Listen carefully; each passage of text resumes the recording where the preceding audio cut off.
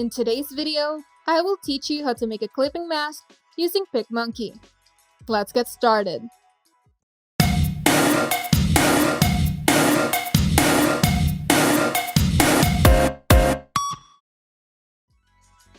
First, open a blank canvas with your preferred size. To do this, go to PicMonkey's homepage and click the Edit New Image option and select Blank Canvas. This will open up PicMonkey's Canvas Presets library, which contains a wide variety of canvas size presets for every social media and print. You can also input your custom width and height at the upper right corner of the panel if you have a specific size in mind.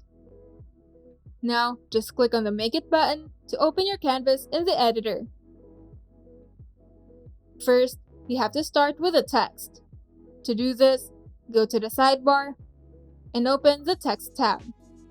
Here, you have the option to use PicMonkey's presets, but I suggest making your own text box with your preferred font style. Once you've typed in the text that you would like to use, make sure that the text layer is selected first. Then go to the sidebar and select Fill with Image. Here, you have the option to upload an image from your computer or any social media.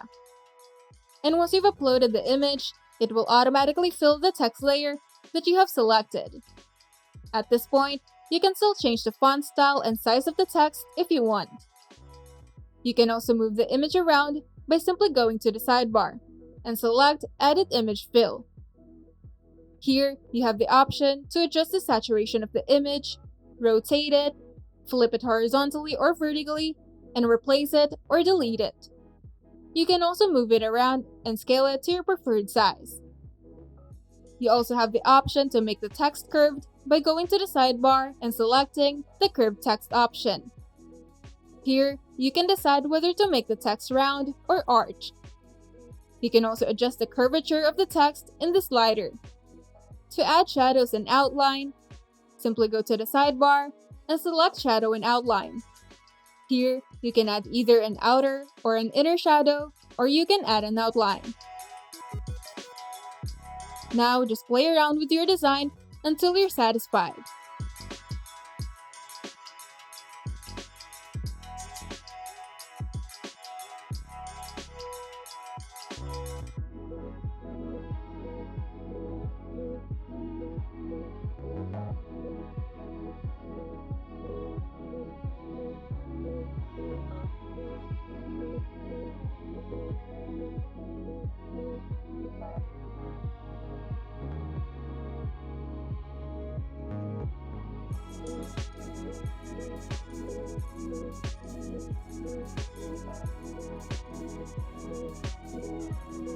And once you're done, you can now save it to your computer or share it to your social media.